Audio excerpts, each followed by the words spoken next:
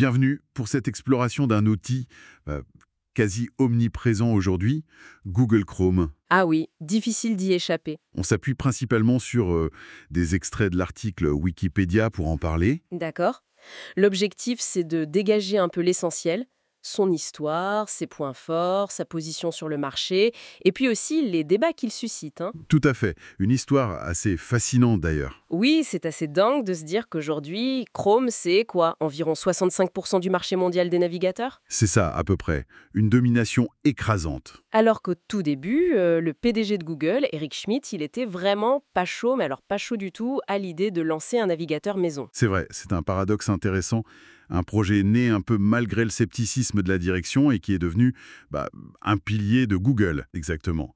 Donc on va essayer de parcourir un peu son histoire, depuis sa création jusqu'à maintenant. On va s'arrêter sur ce qui l'a rendu unique, sa technologie, et puis les questions qu'il soulève.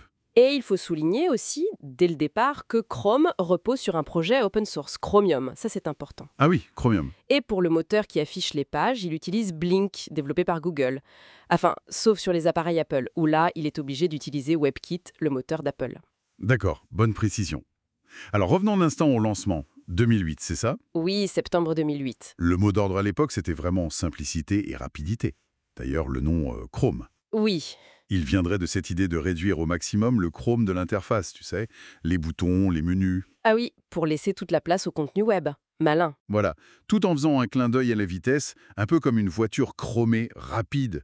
Et bon, ça a marché très très vite. Techniquement, il y a deux choses qui ont vraiment fait la différence au début, je pense. D'abord, le moteur JavaScript V8. V8, oui. Il a été conçu pour être ultra rapide. C'était crucial pour faire tourner des applications web de plus en plus complexes, genre Gmail, directement dans le navigateur et de manière fluide. Ok, la vitesse d'exécution du code. Exactement. Et ensuite, l'architecture.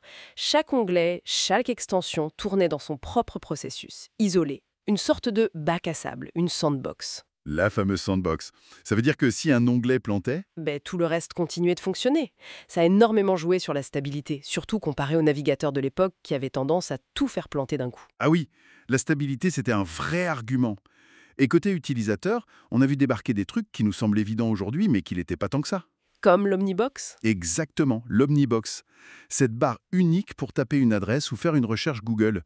Fini les deux champs séparés. Ça paraît simple, mais ça changeait l'usage. Et puis la page Nouvel onglet, personnalisable avec les sites préférés. Pratique. Et bien sûr, le Chrome Web Store, l'ouverture aux extensions qui a permis de personnaliser le navigateur à l'infini. Ou presque. Absolument. Et il y a un autre point, peut-être moins visible, mais crucial, sous le capot. La sécurité. Comment ça? Chrome utilise Google Safe Browsing.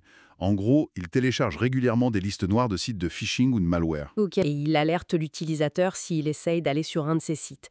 C'est un élément de confiance important qui a été mis en avant. Donc, cette combinaison, vitesse, simplicité, stabilité grâce à la sandbox, sécurité, les extensions, tout ça, ça crée une sorte de cocktail gagnant, non? Carrément. L'ascension a été fulgurante. En quelques années, hop, il a dépassé Firefox. Qui était pourtant le chouchou des geeks à l'époque. Oui. Et puis, il s'est attaqué aux géants historiques, Internet Explorer, et il a dépassé aussi. Il s'est imposé sur mobile également, devenu le navigateur par défaut sur Android. Voilà.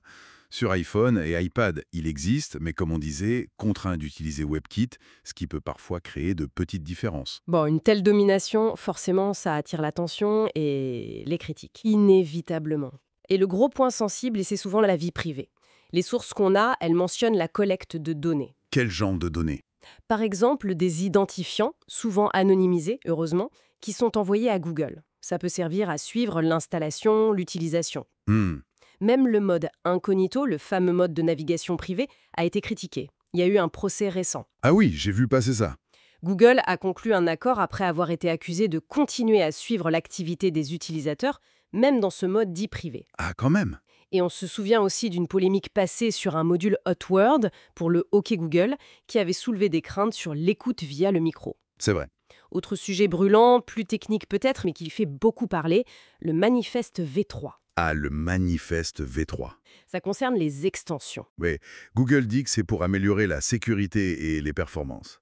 Logique sur le papier. Oui, l'argument officiel, c'est ça. Plus de sécurité, plus de contrôle sur ce que font les extensions.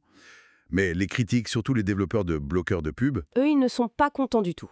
ils disent que ça limite très fortement leur capacité à, comment dire, intercepter et bloquer les requêtes réseau, ce qui est essentiel pour bloquer efficacement les pubs et les trackers. C'est ça. Ça change fondamentalement la manière dont certains types d'extensions, notamment les bloqueurs avancés, peuvent fonctionner. Donc on a l'argument sécurité-performance de Google, d'un côté, et de l'autre, la crainte d'une perte d'efficacité pour l'utilisateur qui veut juste naviguer sans être bombardé de pubs.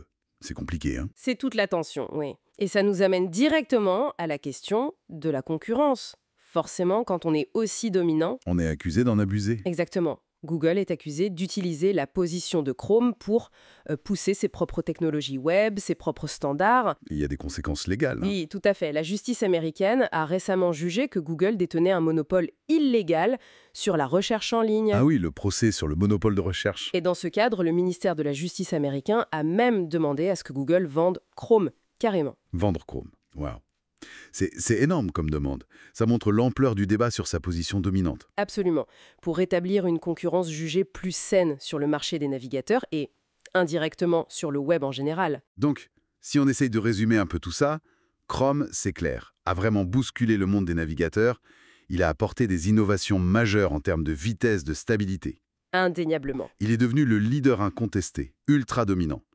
Mais ce succès s'accompagne de vraies questions sur le respect de notre vie privée et sur l'équilibre de la concurrence sur le web. C'est exactement ça. Et ça laisse une dernière question en suspens, une réflexion que soulèvent un peu les sources. Ah oui? Laquelle? Chrome est basé sur Chromium, un projet open source, on l'a dit, mais il est distribué par Google comme un logiciel propriétaire, même s'il est gratuit. Nuance importante. Alors, comment on concilie cette base ouverte, cet esprit open source initial, avec le contrôle qu'exerce finalement une seule entreprise, Google, sur un outil aussi central pour des milliards d'internautes, surtout quand le modèle économique de cette entreprise repose massivement sur les données et la publicité. Ouais. Comment trouver l'équilibre entre la gratuité, la performance qu'on apprécie tous, et les impératifs commerciaux d'une boîte dont le cœur de métier, c'est la pub ciblée? Voilà. C'est un peu le grand dilemme de notre époque numérique, posé par ce navigateur qu'on utilise tous les jours, souvent sans même y penser. Une excellente question pour terminer cette analyse. Merci beaucoup. Merci à vous.